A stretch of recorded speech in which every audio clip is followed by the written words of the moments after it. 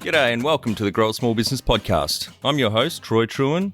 Each week, we speak with an owner who has grown a business with 5 to 30 team members to something bigger. Diving into their numbers and unearthing the pain they've experienced, we explore what they did to overcome each barrier and what they would do differently from day one. Let's get into it. Welcome, everyone. Today I'm interviewing Tyler Horsley from Nuclear Networking, based in Denver, Colorado, United States. Thanks for your time today, Tyler. Thank you for having me. Appreciate it, Troy.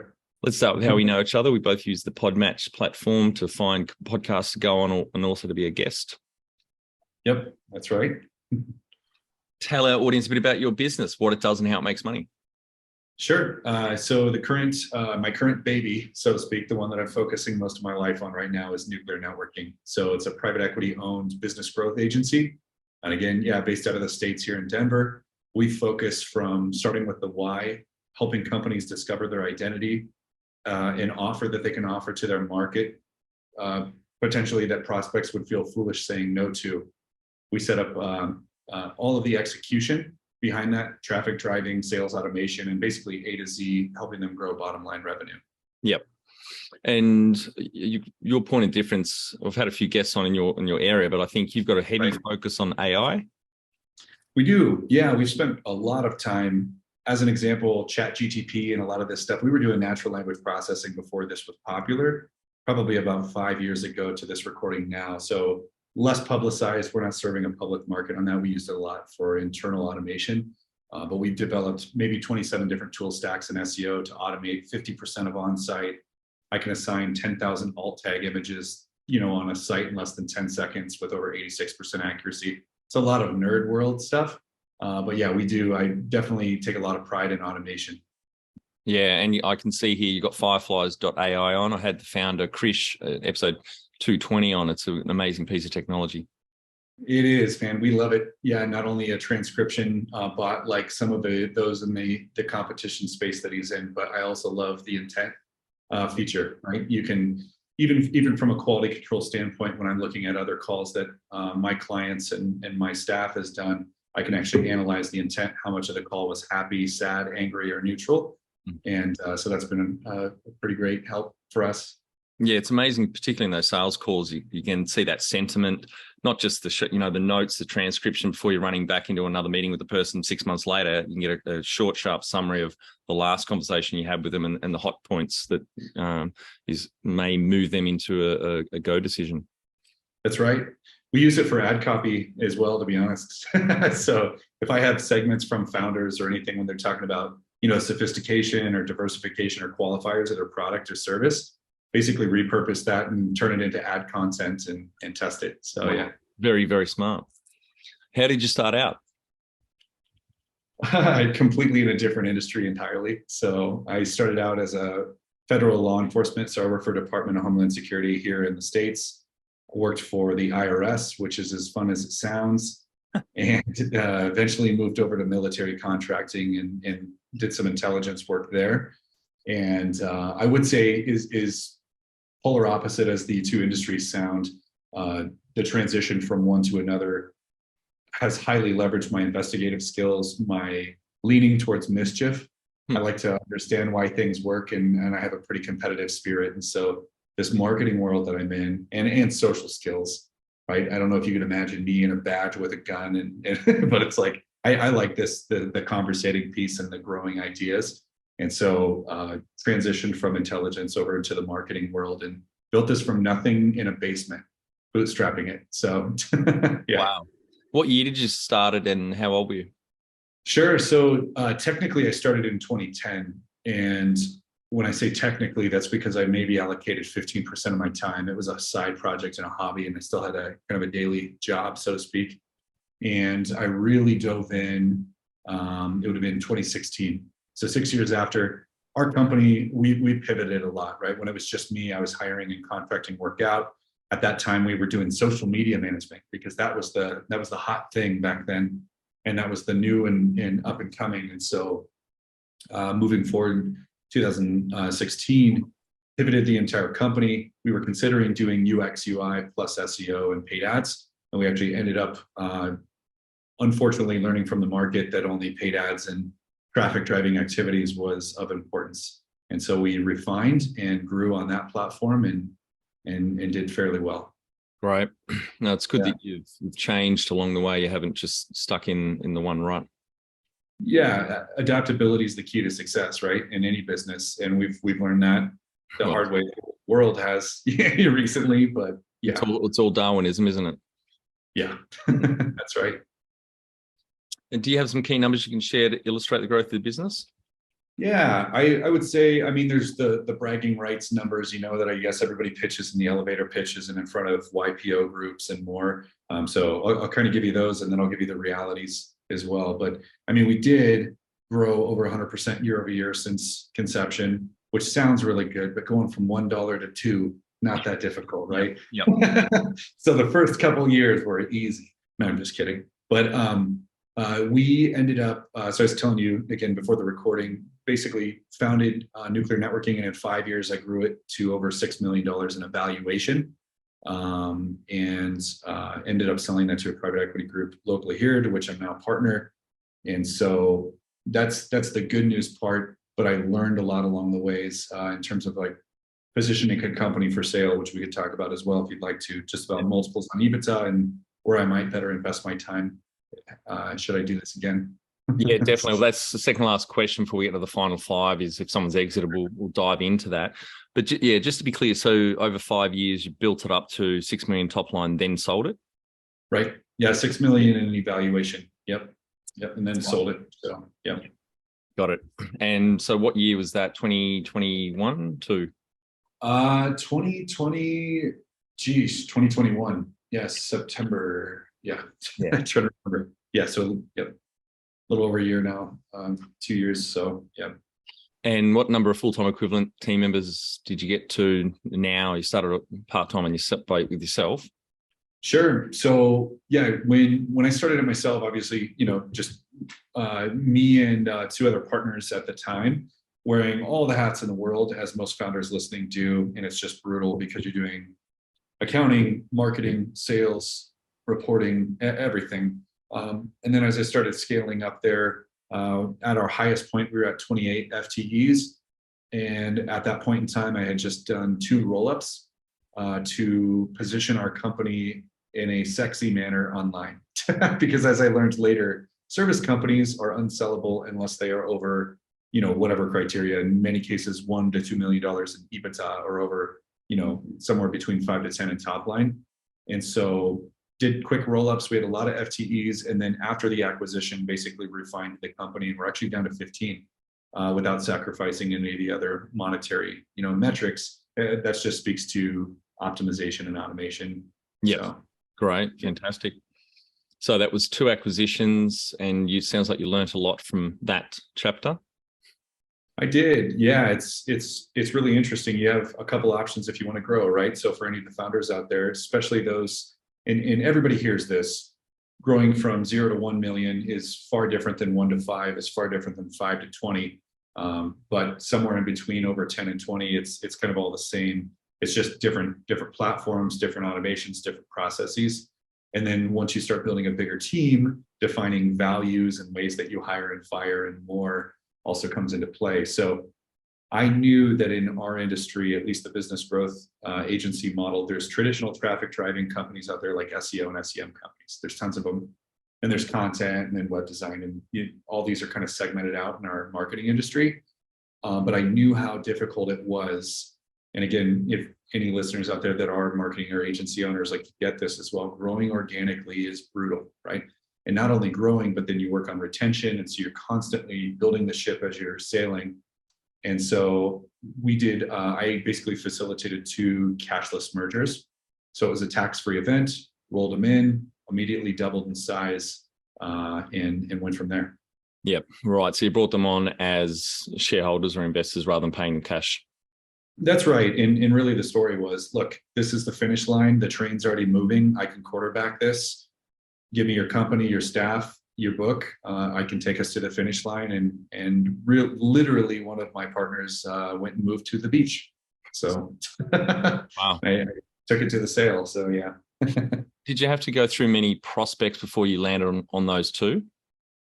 I I think that I got pretty lucky, and so traditionally, yes, I was prepared. I was working one of my friends out of Chicago, Octus Capital. They're an M&A group. We positioned for the market, put together the SIM, the marketing packet, the numbers, the story, etc. And of course, for any founder who is prepping to sell or who has already sold, there's a lot of stress in that moment because you start operating your organization for a future buyer, not for your existing client list. And so these priorities start being offset. And so in the midst of talking to him and prepping to sell, I had a lot of suitors, individuals who are, yes, highly interested, this, that, and the other. Simultaneously, I was serving on the board in Colorado for an organization called EO, Entrepreneurs Organizations Global. And I was on the new member committee. And so I was welcoming new individuals. And as luck would have it, the stars aligned. I welcomed my future buyer. And this person was private equity owner, founder, family office. The fund is his. Took him out to drinks, chatted. We got along really great. And then the next meeting, we were talking about our technology and kind of did a tour. And the third, we were talking about getting purchased. Wow. So that's a very fast. yeah, very rare. We did a 30-day close. So my God. Not common at all. No, because what they just skipped the due diligence part, did they? No. This was 14 hours a day after my normal work day every day. It was brutal. It was absolutely brutal. We didn't skip it, but yeah, it was quick. So. And the two acquisitions you did you have to go through many competitors basically until you landed on those two that you wanted to bring fold in? So also in the same way that we weren't traditionally acquired, I actually, and I think this is important for any business owner listening out there, but befriend your competitors. The market is traditionally big enough for both of you to compete. It's better that you can experience, share, and know each other because in the future, they might be ending up buying you or vice versa. So I already had several different agency friendships with quote unquote competitors in the local space. We had trust, we had years of friendship, and it was really a phone call. It was like, look, have you ever thought about selling? And then basically this person had, yes, I've already tried to take it to market. It's not sellable, it's too small. And I correct myself earlier, but we were 3 times the size they were, but we needed to add on another 1.2 million on our top line to be sellable, right? So yeah, that was the metric. First did the discovery, found out if they were interested, moved it to legal, put together the concept, here's options, warrants, executable on a major change of, ownership, and off we sailed. And we ended up operating post-merger for a year prior to selling that. So we had a really solid trailing 12 revenue. We showed consistent growth, and that's kind of the path. Fantastic. When was the moment you felt like you had succeeded? I haven't had that yet. I've built, no, genuinely though, it's interesting. Like I've built and sold 2 other companies in addition to this, just in the past 4 years alone. And I'm getting better at it. And I'm finding ways to build companies without me as the core operator and bottleneck of everything, because that makes a company really difficult to sell if you are the core node that's keeping everything running. So multiplier comes way down if it's too reliant on one or 2 people. Oh, that's right. And in addition to that, even if you did get the valuation you want, you're never leaving. They're golden handcuffs. They're not letting you go. So yeah, so those are things that I learned. But I mean, look, getting the check once you close the deal feels really good. But my mindset is I worked on an early stage, and I still try to work towards this, falling in love with the journey of building and growing, not falling in love with the illusion of a finish line, because there isn't probably a finish line for me. I just want to keep growing and building and doing this over and over because I love it. And that part's fun. And the finance is a monetary reward system. It's just a positive consequence that you've played the game well, but it's not the end goal. And so, and I redeployed all that capital immediately into assets, land development, apartments, and more. So I went from feeling great for like a week to why don't I have all this money? It's depreciating. I need to go invest this. And now I'm back to square one. So maybe tell us a little bit about those other 2 startups in the last 4 years, what they do. And yeah, happy to do so. So one of them, this is more pertinent just here in the States, and having come from government, I knew the ins and outs. I always look for I don't want to say loopholes because that sounds sleazy, but opportunities. And so one of those opportunities happened to be to serve a national audience through federal contracts for court reporting. And another one of those opportunities happened to be preference. So if you're working with the United States government and you're trying to get these contracts, you have to be in the SAMS database. You need a DUNS number. There's all this registration. You need NAICS codes and all these things, right, to be compliant.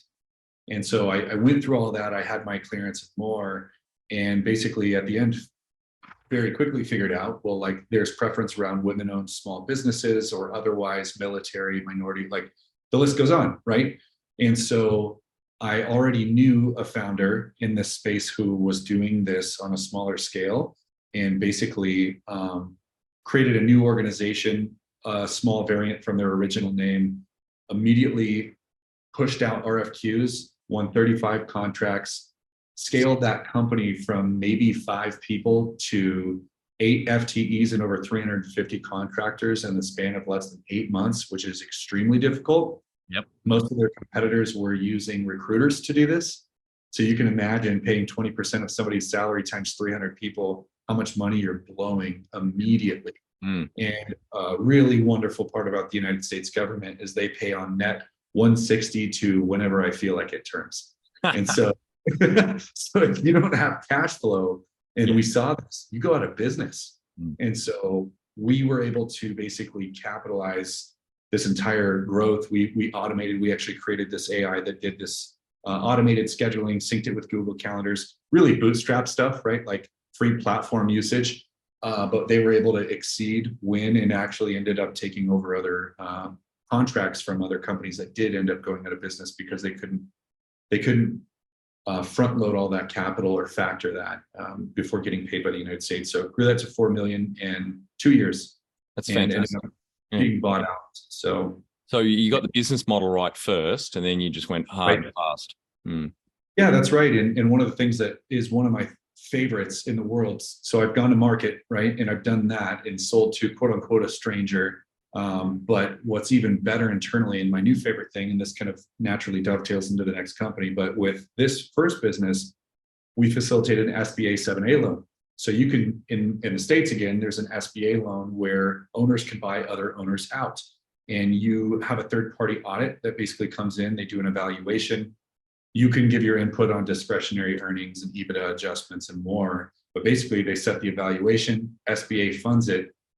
I got cash in full and I can walk.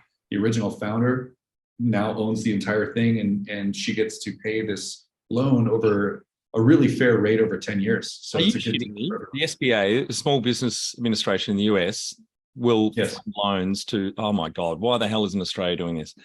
It's great, man. And I mean, they have their own qualifications, right? Like it's not just, and I'm saying this kind of tongue in cheek a little bit because the obvious statement is they're not just giving money away. But the fact that I have to say that in 2023 is also sad because they kind of are in other areas. They just blow through money. But for business owners, absolutely, they sponsor this. And now look, they make the buyer PG the home. You know what I mean? Like there's liability and risk associated, but it's genius. It's a great initiative from the government because what they're doing there, and their favorite word, as I say to people when they're doing grant applications, there's 3 words you want to use in a grant when you're putting in for a grant. That's jobs, jobs, jobs. And what the government's doing there is protecting those jobs because if otherwise, if the buyer can't fund the purchase, then, the business could deteriorate and go under eventually. Yeah, you nailed it. Yep. I used that for the second company, and this is going to make no sense to the listeners, just as my career transition doesn't. But as I am able and capable of looking at search volume analysis, competitor deconstruction, all of these tool sets that we have in the marketing world, I can also look back out into the world and say, where's the vacuum? Like, what are we missing where a company hasn't showed up? They're not showing up online. They don't exist in this town, and 30,000 people a month are looking for it. And as luck would have that happened to be hot tubs. So I started an organization or funded an organization called Mile High Hot Tubs in Aurora, Colorado, south of Denver here. And basically built that from nothing, branded, inventory. I funded it all and basically funded a mercenary operator. So I believe in and invest in people first. And then I look for business models second, because that trust and work ethic, you cannot buy that, right? Yep. So basically built that up to 2.6 million during COVID, and ended up doing the same SBA 7A. And that owner bought me out, and he's already started his second store. So I was able to take, fun story, this person was actually a friend of mine since we were teenagers. So I was able to take this person out of his existing life and just give him the tools and resources that he needed to be his true self. And now his family and his entire lifestyle has changed very quickly. So yeah, that's fantastic. So for the audience, most investors they invest in the people first, not the business idea, the product, the business model, anything like that, because exactly what you just said. But just to be clear then, so you basically used the metrics from SEO, from how many people were searching for spas, found there's a massive demand there, you just said south of Denver, and then went and built a physical store to service that demand. That's right. Sounds crazy. That's very clever. It's not crazy. Yeah. Well done. And I plan on doing it again many more times. What does success look like to you? Success to me, first and foremost, in just answering on the spot, where I was raised, family values matter quite a bit. And I've seen the extremes on both sides. I've seen even my own family. I've seen money mess people up. And I've also seen poverty mess people up.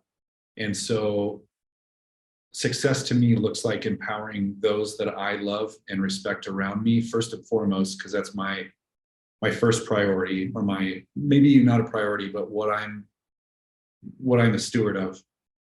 And so I empower those individuals first and try to give them opportunities where possible to help them become their best selves, or otherwise they may not, whether that's monetary or otherwise, or just passion-driven lifestyles. So nuclear family first, family and friends second.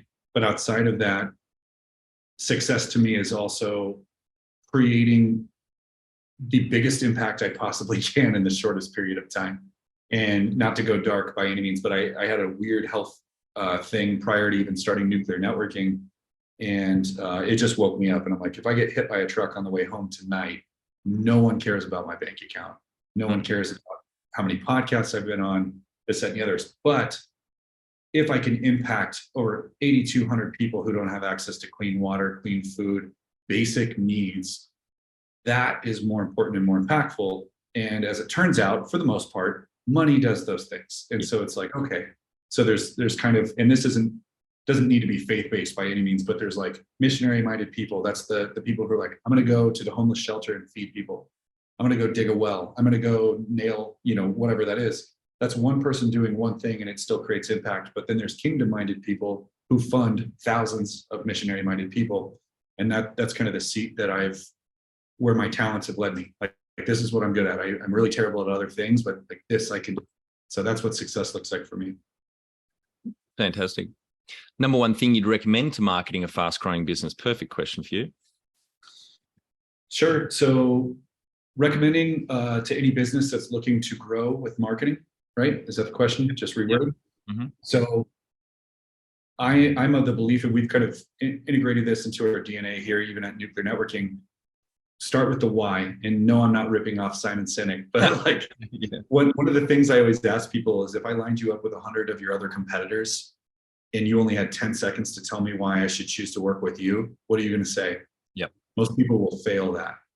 Most people start with, oh, we're family owned, or we've been in business, or we'll treat you really well. And it's like, I'm done. Yep. Right. And so the reality of that is actually true. It's not even just an exercise, but we call them scroll stoppers, like show stoppers, but scroll stoppers.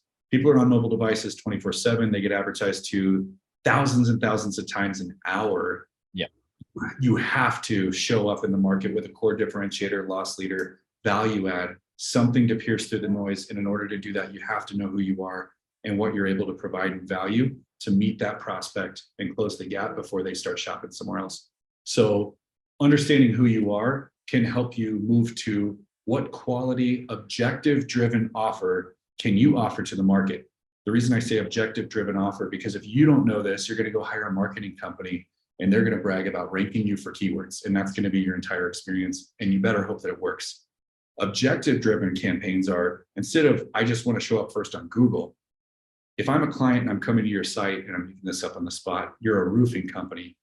I want to know $25 Starbucks gift card with any roof inspection. Get a free roof inspection today. That is a really specific objective offer. Another thing that we say is if a 5-year-old or your grandmother can't understand what you're doing in less than 10 seconds, you're doing it wrong. Yep. So totally. I come to that site, I know what I get, what to do, and that it's free, and I get value. Boom, done. And so those are things that I think of right out of the gate, because what I would tell most people, and this might seem a little cocky, but driving traffic is easy. That's the easy part. Anyone can pay tens of thousands or hundreds of thousands of dollars to drive paid ads. You can go pay Google tomorrow, you'll get traffic. But if you're driving into a page or an offer that doesn't convert, it's going to fall flat. You'll likely blame the marketing company, because that's just normal. But these are the things we want to think about if you're going to grow an agency. And you can do that thinking before you spend money on marketing. Yeah, it's a huge problem, I think, in marketing, particularly small business owners. Firstly, a lot of them don't understand what marketing is or SWOT up on it or understand the value of it. But I think out there, and we were certainly guilty of this until about mid last year, just bombarding too much information, very cluttered information. And then we stumbled upon, have you read Donald Miller's book, Story Brand? I've not yet. No, I'll send it through to you. It's a great book. So we've relaunched our site or tweaked it 3 or 4 times now, and our bounce rates have come down dramatically, like to a third of what they were. Conversions are up. It's time on site, everything. Simply like clarifying your message. And he's got a framework there, seven stage framework, which helps you get really, really clear on what you do and cutting down a lot of those. You know, we do 27 things. No, this is what we do, and here are the 3 next steps to do it. So we're seeing tremendous results from that, and with other people that we've recommended it to. Yeah, excellent. And you use Net Promoter Score. Do you know your number? We do. Last promoter NPS was 66. That's awesome.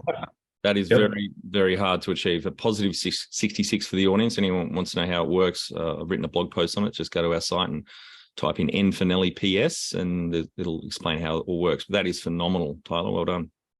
Yeah, thank you. So how did you fund the business? You mentioned you bootstrapped and you started with 2 business partners. Did they stick with you along the way? So I'm going to start backwards with the business partners piece. So 3 individuals came together, all were friends with different knowledge bases and different backgrounds. And by the way, only one of us had a marketing background, and that person's not here. So I don't know what that says. But one of them was an electrical engineer. He has an engineering mind. He actually came from HWI. They hold the patent for the accelerometer in your phone, by the way, as luck would have it. They're out of Colorado. And he picked this up incredibly quick, specifically the algorithmic and the AI piece that we deployed in SEO. So coding guru, right? And mine was more, I used to do profiling for the government. I love the studies of basically human behavior, response, predictability. So gift of gab, if you will, sales. So that's kind of where I naturally gravitated towards. And then just conceptualizing, I sit in the visionary seat. So product fit, product market, and then basically positioning that as well as new partner acquisition. So the third partner was actually an expert in UX UI. The guy's a great marketer, was educated in that space, knew it extremely well. But as we started growing and back to the funding, we had zero, never got to go to the bank and put my name on the paper and get a loan for nothing. Like we were serving at restaurants. So served at a restaurant, basically kept rent in Morlow. We went up and stayed in this person's basement for 4 nights, 5 days. And I'm not even being cliche here, we did the ramen for meals because we were piss broke.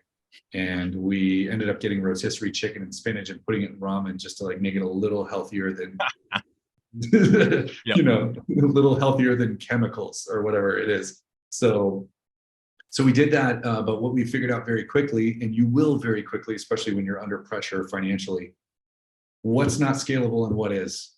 And very quickly, we realized we could do massive amounts of SEO and paid ads. This other individual wasn't as scalable. This individual is the person you hire for $300K to $400K a year who comes in and redoes your entire creative. But it's not scalable through an agency, right? And so we had to have hard conversations. Some of us were going through life events, marriage and otherwise, and we ended up splitting. And so we ended up doing a commission deal and paying him for several years after that in perpetuity for no work after that, which we did what we thought was best at the time, right? And that kind of damages friendships, of course, but I could call either of those folks today still. So moving forward, we found like this was our niche. This is what we do really well. Still no funding. Ended up actually going out B2B direct to web design firms and more. People who served the same audience I did, but didn't offer the same deliverables. And I started doing, look, Tim Ferriss 101, offer work for free. And so it's like, look, can we do X, Y, and Z for 3 clients and show you what we can do? I knew that it was low cost for me. It's just my time, offers free value, convert that into a free analysis for all of your clients, right? And now all of a sudden we have a sales funnel. So it's kind of how we started. Right. And so the other business partner stayed with you along the way? He did. Yeah. So we ended up for the next 4 or 5 years, just continuing to grind, continuously hitting walls and breaking through walls. And one of the most interesting, it's super simple, but one of the most interesting things one of my mentors told me is, and he actually spoke to me about this, going to silent retreats. And I recognize that's not business building, but it is important for founders to be in times of silence away from the go. And he said, every time you try to get up here, you're going to be met with more resistance than you have been met with the entire month. And you need to break through it and do it anyway. And so I almost look at it as like a challenge. Like anytime the wall shuts, that's my time to break through and find a solution. And so with that mindset, whether that's correct or not, it ended up working well. But a lot of sleepless nights. I was living in a $300 a month bedroom that I was renting for my friend. Like none of this was cherry on top. Yep. Instant success. So yeah. Right. The audience needs to hear it because there's a lot out there that have followed that path and some that are going to walk down it pretty soon, I think. So thank you. Yeah. If you were to start up today with plenty of funding, would you go into your industry? Not at all. Not even close. Never. So here's the good and the bad. The good. I love working in this industry because I get to meet other founders, crazy people just like me, right? And more important than that, I've probably studied over 2,200 business models and know how to effectively from A to Z grow them. Like that's a really random talent to have, to be able to look at any company and go, oh yeah, here's the mechanics of your company. Here's the puzzle pieces, reorganize here, automate that, launch these 5 funnels, set up sales automation, saved you, 30 FTEs. And now we're going to double or triple in size the first month. So what would a person with that skill set do? Well, they would do what I'm doing now, basically taking my capital, redeploying it into operators, growing those companies and selling them passively while still running this company. Where I would invest if I was funded, 2 places. And one, I am doing this right now. I'm actually wholesaling luxury vacation properties in other countries outside the US, predominantly Mexico and others. And what I found out very quickly was there's a huge rush and there's the fear of missing out. And there's tons of expats from Canada and the States and more getting homes in this very limited finite resource area. And basically I can work directly with builders and buy and flip and loosely make $500,000 in 6 months or less per every $1 million raised. So it's a pretty crazy return. From a company standpoint, I'm 36 at the time of this recording, right? So it's like, I have tons to learn and I don't know a lot, but what I do know is of all the companies I've built and sold, marketing is the most difficult industry to be in because of how dynamic it is, especially if you're selling SEO. Google algorithm changes regularly, so you have to be on top of that. And even if you are the best and you have AI and automation and all these things that a lot of other companies don't have, your biggest issue that will never go away is you're going to be working with founders who don't understand marketing. And if it doesn't work, it's your fault no matter what. Yep. And some of them won't change their website, call to action, lower or change price, offer a BOGO, nothing. They're resistant. This is my idea that I've had. And if you don't make it work, everything's your fault. There's no introspection. And so there's no testing. They haven't tested that idea either. Yeah. Just found, some founders in general. Look, and I'm not bashing by any means, but it's natural for a founder to have, kind of, I almost want to say ego, and ego can't understand anything greater than itself. And if you're paying and you don't like the outcome, you have an option to either trust these individuals as your partner or ditch them and hire a different agency and keep repeating that into perpetuity. Definition of insanity by Einstein: do the same thing over and over and expect a different result. Yeah. There you go. And another thing too that I believe he said, correct me if I'm wrong, but something to the effect of, I was going to Google this. Basically, if you tell a fish it's a bird its entire life, it's going to grow up thinking it's a failure, and that's a summary, right? Yeah. So the idea here is some of these organizations that we work with are fishes, but they think they're birds. And so it's like, if you're not addressing your actual market need, or it's no longer applicable or needed in the market, fill in the blanks. Just because you market something doesn't mean that humans are going to be forced to buy it. Yep. And so that portion gets difficult. And so that's where I'm taking really to myself. I'm like, look, I'm just going to go grow my own companies using my own knowledge as well. But I would get into SaaS, just to make this a really short answer. Yeah, me too. SaaS or AI. Why? Because when you go sell those, you're not selling for 3 to 4x multiples on EBITDA. You're selling for 15 to 30. Yep. Because if it doesn't require humans, people will pay 30 times more. Yes. What they pay for a service company. So that would be my best and highest use. Can you outline the most stressful point in your small business growth journey so our audience can learn from it? Just one? I'm just kidding. Outline a stressful point. I would say one of the most complex points, and yes, it led to stress, was as you grow, especially if you're in startup phase and you have a partner, naturally you will gravitate towards your own, you're going to have your own instincts under fear and pressure. So you're going to respond differently maybe than your partner would. You're going to have your own ideas around financial allocation, maybe different than your partner would. Experience or capability. So in EOS, we have what's called GWC. Do you get it? Like, do you understand your job? Do you want it? Because you actually might outgrow the position you're in today and not want to do that anymore. And then C is capacity. Are you even capable? And so what happened was, as we started growing, I felt that I was taking on massive amounts of work. My partner was taking on massive amounts of work, but then you start hitting scalability walls. And what I realized is, I could go sell to 40,000 people in an auditorium and close deals quickly. But when it comes to other types of work, one person can only do that at a max of 60 hours a week before they explode.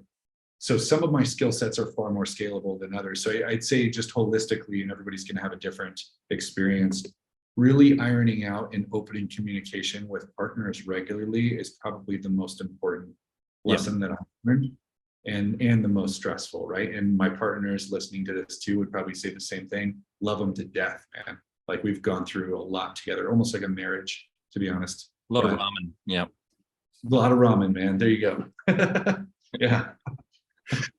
What area in business do you feel you've had to work on the most to add the greatest value? Areas in business we've worked on the most to add the greatest value, I would say a lot of the stuff that I talked about even earlier, like knowing the why. Why are we better? Why would nuclear networking be better than any traditional marketing? What are we doing differently? And so we foolishly, and this was my call, I'll own it, but we stopped sales for 8 months. 8 months to work specifically on operational efficiencies. So it's I don't know if you've read the book Built to Sell, but it's literally like, if you're going to build a company, is there an SOP for every moving piece so that anyone off the street could come in and fill one of these gaps and know exactly what to do? And the way that I looked at it was, I want to be like Chipotle, who was one of our clients. And it's like, if I go to a Chipotle here in the States, no matter what state I'm in, they're all the same. It's the same experience, the same food menu, the same pricing for the most part, unless you're in an airport.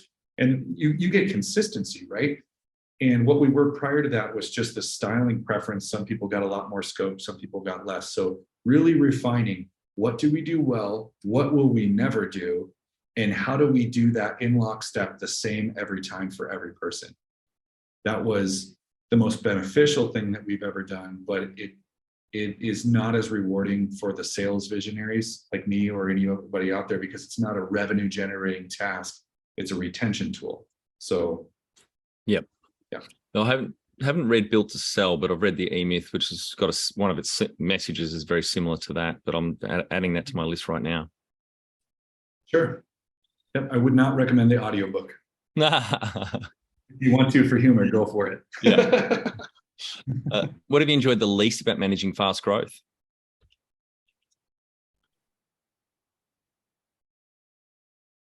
I'm going to say this two ways. The umbrella is managing people. Yep. Because my best and highest use as a visionary is working on M&A deals, making sales, working on bigger concepts, not managing the day-to-day fires and internal conflicts because somebody put something on someone else's desk or doesn't have enough PTO for X, Y, or Z.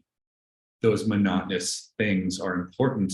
They're just not my highest and best use. Yep. So what's really underneath that ownership for myself is I should have hired people ops or a COO who was an integrator who specialized in that. Because what I could tell you on the backside is if you don't manage your staff well and treat them well with the value, they will leave. That's right. Yeah. So. Yeah, the visionary and integrator, that's key messages from Gino Wickman's Rocket Fuel, which is part of the EOS ecosystem, I guess you'd call it. Yeah. That's right. It's a great book. Yeah. Yeah. What do you love most about growing a small business? I love when I grow a small business. I mean, there's a lot of different ways you could start something like a commoditized industry or copy, paste, rinse, repeat. I could start a car wash tomorrow. There's nothing really sexy about that. Everyone's done it. It's done a million times over. So what I like to do, what keeps me really interested, because apparently I'm a glutton for challenges, pain that I get to overcome, because that's what triggers my dopamine. It's like when I win.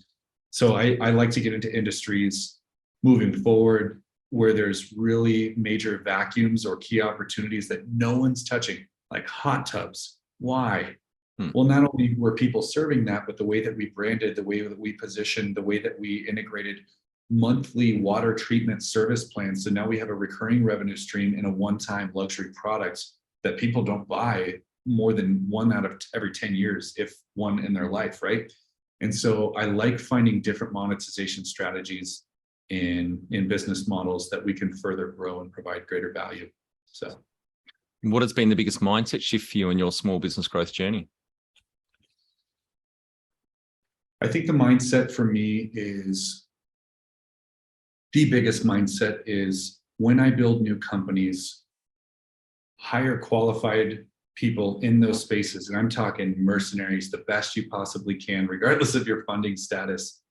Because if you don't do that, you are now the bottleneck. Your likelihood of scalability diminishes exponentially. Your path to success lengthens if you don't have that support, and your hair and your sanity both diminish, right? Yeah. Or gray, or yeah, you get it. So it's like, it's not worth the stress. And every extra dollar you can save by trying to do something yourself is an hour of life you're taking off of the end of your life. It's just not, it's not worth it. So just better concepts of how to design companies is probably my biggest teacher. Yep. The number one habit you think a small business owner needs to develop and maintain? I would say, so I am a huge fan, and we don't operate this purely. So I'm going to get slaughtered by all the Traction and EOS and Gino Wickman fans out there. But I would say an absolute necessity, one, and I know this isn't a habit, it's a foundation, but you need a methodology. And what EOS provided for us is, and here is the habit, regular check-ins, not death by meetings, but regular check-ins with key leadership to understand ops, finance, and your major scorecards for your company.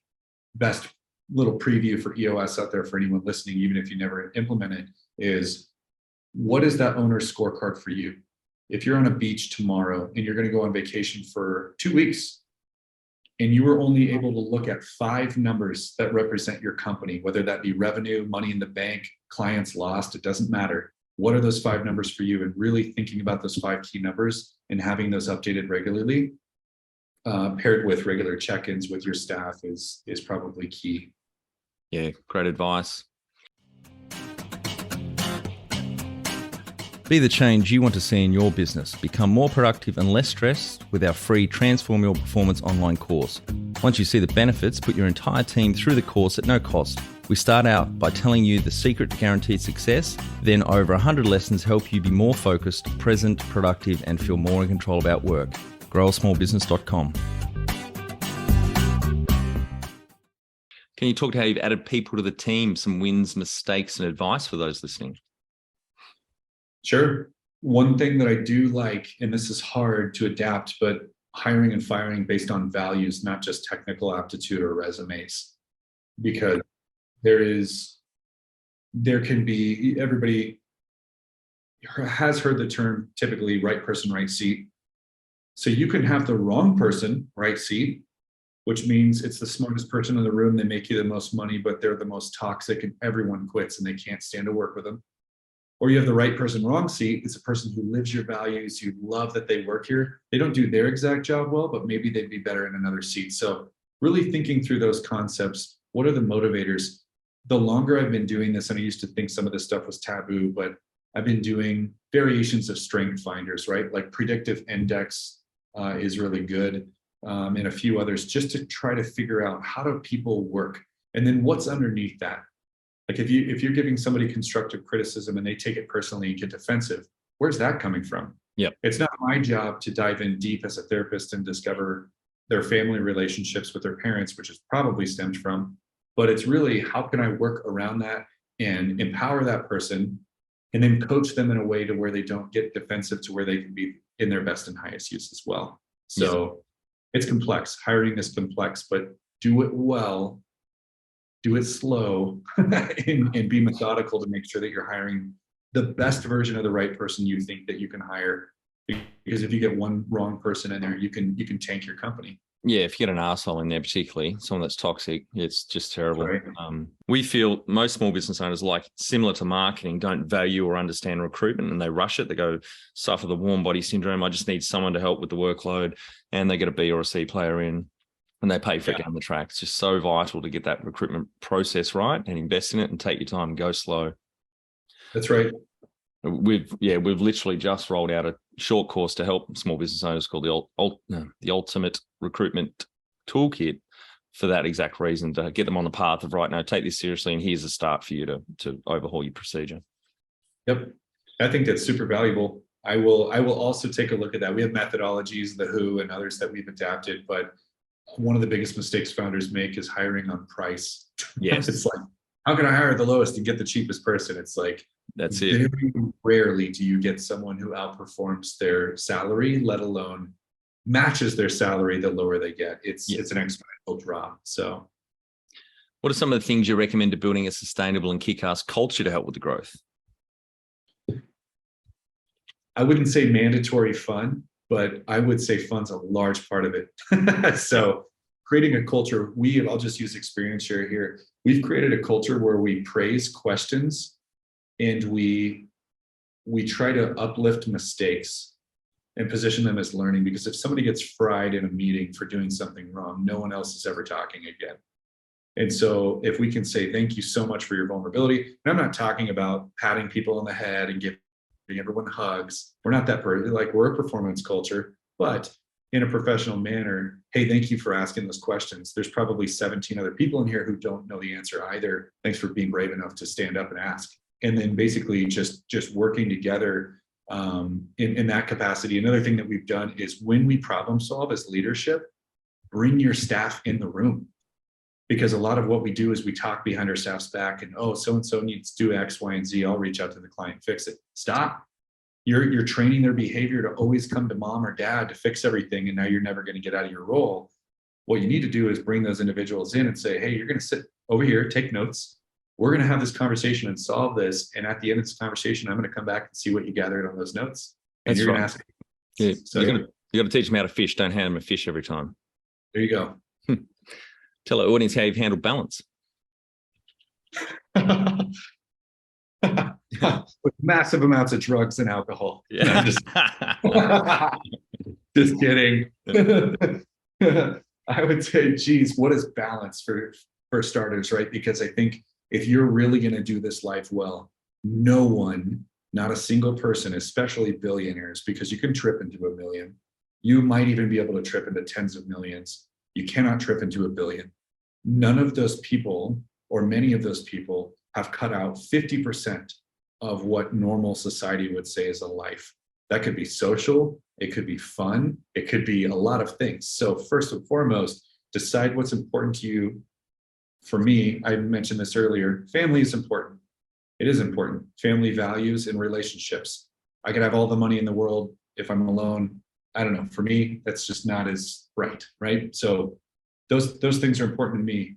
Monetary security, I think all as humans, we all have this dial. I would pick a number. I really would. And I know that sounds weird and cheesy, but it's like, you need to pick a number, because why? People like us who fall in love with the game, there is never enough. It's not about enough. It's just about continuing to go. And actually what it's about, I think at a root level for me, is like intellectual achievement. I love it. I love learning. I love winning. And I love growing and finding new ways to perceive the world. And in some cases with other colleagues, it feels like we're in a dream and we're the only ones awake sometimes, right? And it's not supposed to sound narcissistic or anything like that, but it's like, man, it's cool. If you look at the world not as a danger and a risk and a liability to where we have the illusion that we're full-time employees somewhere, like here, all you've done is delegate the risk to your superior. They're me. Yeah. They don't know what they're doing day to day, and they're working on it and they're taking the risk for you. But it's like, if you can look at the world as a game board that you can play and win and then help others, like that's the most rewarding piece. So I don't have a particular schedule or a workout or a coffee mix, but it's just, I don't work after 6 p.m. at all. I won't do it anymore. Did I have to when I was in the startup? Totally. You have to put in the work. And if you're going to be rigid and say, I'm not going to do it, I'm going to set boundaries, you may not succeed, or it'll take 2 times longer. Yep. So, I mean, you just need to know the reality of that. But when you have that sustainability, it's like, great, make rules, take the weekends off, like something, right? Go biking. Have you heard of the rule of 4x2? I've not yet.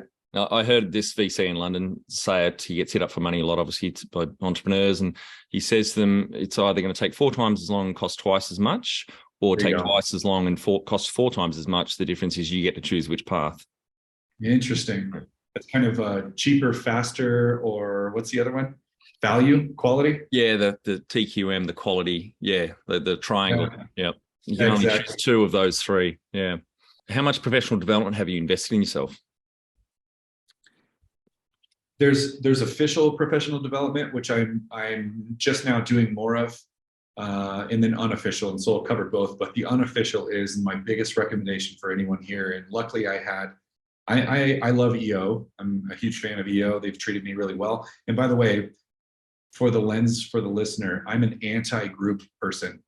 I'm not going to go join your business group. I'm not going to waste my time. Like, this is who I was initially, because I'm like, man, I have my own stuff to do. I don't need to go hear about your chiropractic firm. Like, I'm not, if I have anybody who wants it, I'll refer them. Stop asking. You know what I mean?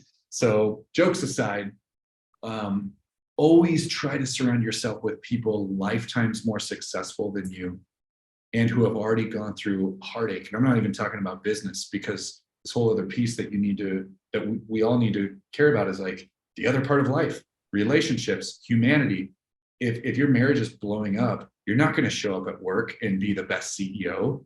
You know what I mean? So it's like, it is important to look at that spiritual, relational, in vocation, whatever you want to call it.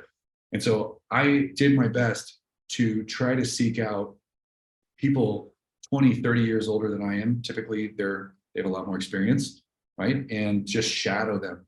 Do not ask them for sales. Do not ask them for money. Like, you can't ruin that relationship. It has to be sacred, right?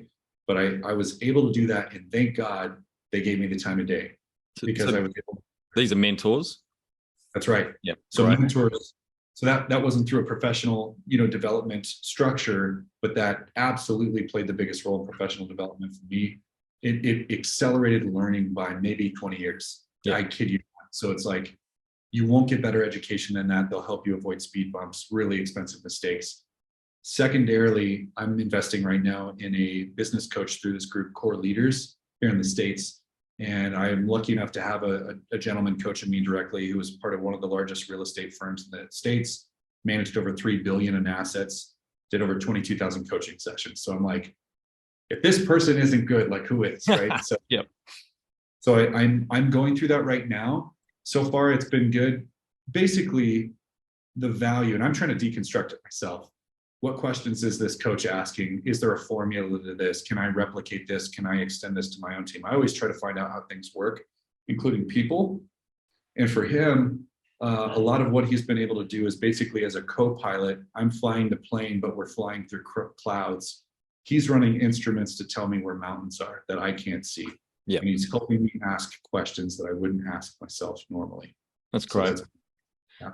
Yeah, you've had mentors and coaches. Do you have a board of directors or advisors at the moment? I assume you'd have a board. I do now.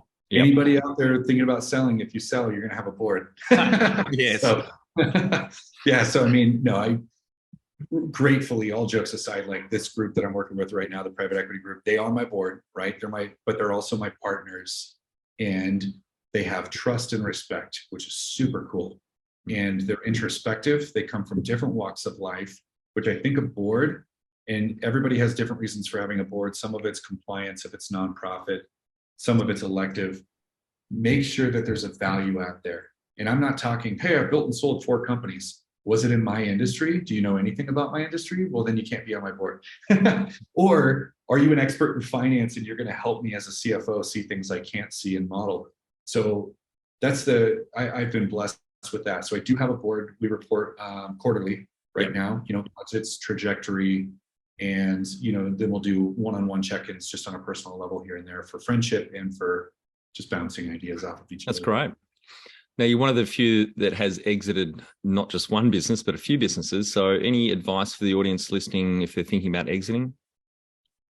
Yeah, I would say, so this is the unknown world, right? I'm trying to put myself back in the seat of when I was selling. I knew that I wanted to sell. And the reason I wanted to sell is because I knew the trajectory of our company couldn't grow without additional capital, because we hit, I'll just say we hit a plateau. It's like, great, we're growing 2x year over year.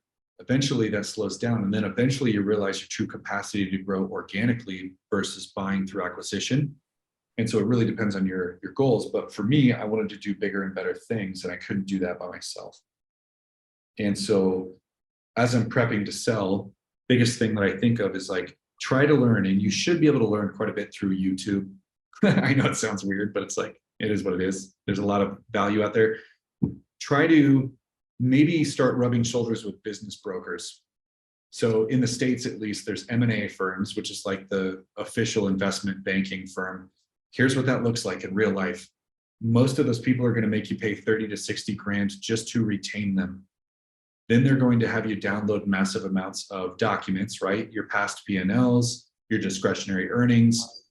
You're going to have to try to learn what EBITDA is. It sounds fancy and, all this stuff, but really like learn this terminology, because even your bankers, if you speak this, premium example, went to sell Mile High hot tubs. They gave us an evaluation. I went back and negotiated with the investment bank, the non-biased third party, corrected discretionary earnings and EBITDA adjustments, and I got 600 grand more because I spoke the language and what I was saying was right.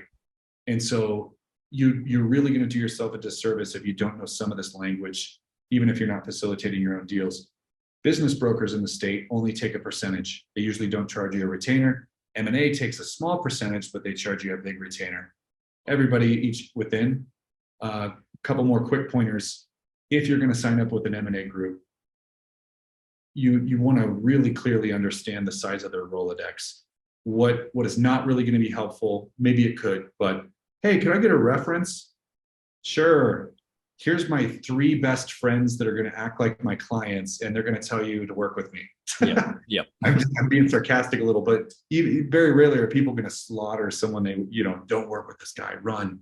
And there's actually legalities around that here in the States too, which is strange. But you want to find out how big their Rolodex is, meaning how big is their contacts list? Because most M&A firms, from what I've learned, work with the same like 15 PE groups. And they literally, oh yeah, man, you got it, buddy. I'm going to sell your company. Hey, John, I got another one. This guy's a marketing company. Here's their finance. Are you interested or no? They call 15 people and then they're done. They just took your 30 grand. So I had a strange, situation, but it's like, learn the language, start interviewing everyone that you can, learn their rates, try to, if you're a $50 million company, it probably makes more sense to work with M&A than a business broker who's going to take 10%. M&A might only take 2%. The last piece is like, learn what your company sells for. So what does that mean? Like, what are your multipliers? So getting away from business, strange, lexicon and more here is real estate. What do they do in real estate? If you're going to sell your house, they're going to pull comps. That means they're going to see what your neighbor's house sold for and the other guy down the street. And then they're going to kind of use that based on the shape your house is in to kind of come up with an evaluation. That's kind of the same as business. 14 other marketing companies sold for this, 3 times multiples on EBITDA or net profit plus adjustment. So you should sell for that. So like, learn that stuff so what am I really going to get before I go to market and try to sell. Yeah, I think it's really, yeah, go for it. I was just going to say, I think that that's really good points. That is basically understand how exiting works, valuations, etc., and then do that research and education before you really dive into it. That's exactly right. The last piece I'd leave is understand that if you are the only one who knows everything, including your processes, and that thing can't run without you, you will never leave. So why are you selling? Yeah. Like, you can't leave. So try to find a way to at least partially replace yourself, have all your processes documented, buttoned up, so a person who doesn't know your company can read, oh, here's how to run this company. If you can do those things, like, that's going to help you tremendously not be in prison with a new company for the rest of your life. Yep, great. Excellent points. Right, Tyler, one of our final 5 questions. What do you think is the hardest thing in growing a small business? Man, I would say either A, capitalization, depending on, if you're a service industry, one of the great barriers, there's a low barrier to entry to service other than self-qualifiers. So it's like, it doesn't take a lot of capital to exert human bandwidth, right? So I would say capital, or I would say hardest part about growing a small business, I would actually say marketing for most companies, even marketing companies. It's like, how are you going to get seriously, man? Because it's like, unless I have my message dialed and I know what I do is better and I can prove it and actually offer a guarantee, not just blue sky. If I can't do that, you're just the same as the 15,000 other people claiming to help you grow and attract leads. And I think everybody has that problem. So marketing is probably the biggest issue for most companies. Oh, look, totally agree. I'm a big fan of Peter Drucker, and I was surprised when I read this quote some years ago. But one of my favorite quotes of his, I'm going to mangle this, but it's, there are only 2 things in business that create value. That's marketing and innovation. Everything else is a cost. Yeah. Yep. That's funny. Yeah, I've got tons of quotes of his pulled up. I won't bore you with them. Yeah. Favorite business? It's one of my favorites here. Favorite business book, which has helped you the most? Right now, this is just mostly in my life. Well, for one, I'd say, okay, obligation, traction, rocket fuel, right? EOS, methodologies, because it requires you to do deep thinking around what kind of company are you building and what do you expect from your team? And do you have accountability metrics in place? I always heard that employees are like teenagers. If you leave them unattended, they'll burn your house down. But if you give them rules and responsibilities, they'll show up and they want to be great. So I would say that book. Yeah. Atomic Habits is another good one too. Just throwing that out there for personal balance in life. Yeah. Any great podcasts or online learning tools you use for your own professional development? I love, my professional development might be a little bit different. So most of my professional development around specific deals and deal flow comes directly from the source, who is an expert in that space, so I can have an accelerated learning opportunity. Most of my development regarding podcasts and one-way communication is actually around philosophy and understanding humans and behaviors. Because if you can master that and you understand motivators of humans and the why, you can actually get people together to work on one common goal, and you can achieve your goals much quicker. Yeah, I love studying that area as well, human behavior and how you can influence people. Have you read that great book by Robert Cialdini, Influence? I've not. I'm going to be the strangest guest you've had, man. I think I'll just send you my library. Do it. I'll send you that book as well. It's amazing. I think you would really nerd out on it, as I did. I'm only still halfway through the books, kept giving it away. I've now bought the Audible version, so I stopped giving it away. But there's one of my favorite stories in there is his neighbor is a toy executive, and the author was talking to the neighbor about this incident that's happened twice, 2 years in a row around Christmas time. Then the toy executive schools him on, well, yeah, that's the toy company doing this to you, basically. It's genius. There's heaps of other great examples of how psychology in marketing is used on us. He calls them compliance officers. I got hit by one soon after half reading that book by the Red Cross. They come around, and this happened just again the other week. The young guy rolling off a script, off the top of his head, was very good. I said, no, sorry, already given enough. By the way, you may want to read the book Influence, because that's where marketing at the Red Cross is getting all this from. So, yep. Great book. One tool you'd recommend to help grow a small business? If your small business requires working with contractors, which the more I work in entrepreneurship in general, I actually really lean towards that, because it offers some sort of maybe a fictional, but some sort of a scalability that you don't have with FTEs, people calling in sick, this, that, and the other. So maybe that's a styling preference, but for me, I try to contract out non-quality driven deliverables. Yep. Because quality, you have to QC your own quality. You cannot outsource your voice or your quality of your work. But sometimes there's a lot of busy work.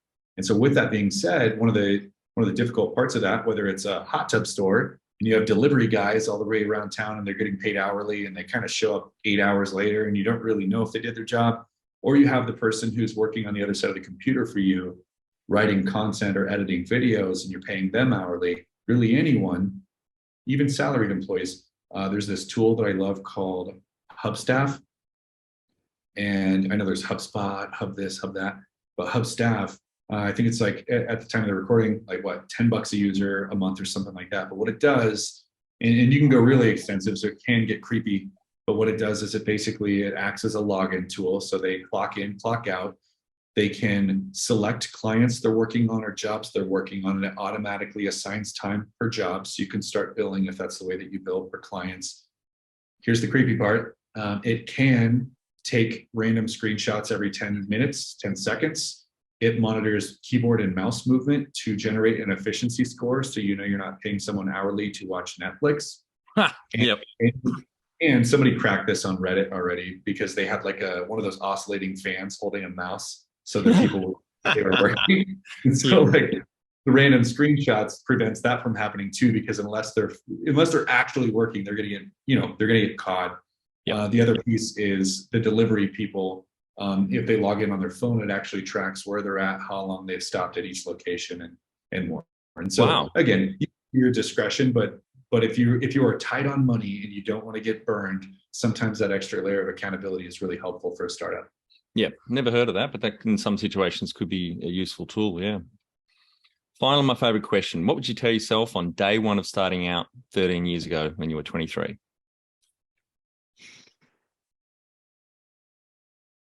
Practice fear and anger mechanisms to basically learn how to control. You're not going to get rid of it, but it has been a huge distraction. Worry does not do anything for your productivity. It's an inhibitor. And even if you look at it on like a DNA level, your neurons, your synapse speeds, everything, it's just destructive.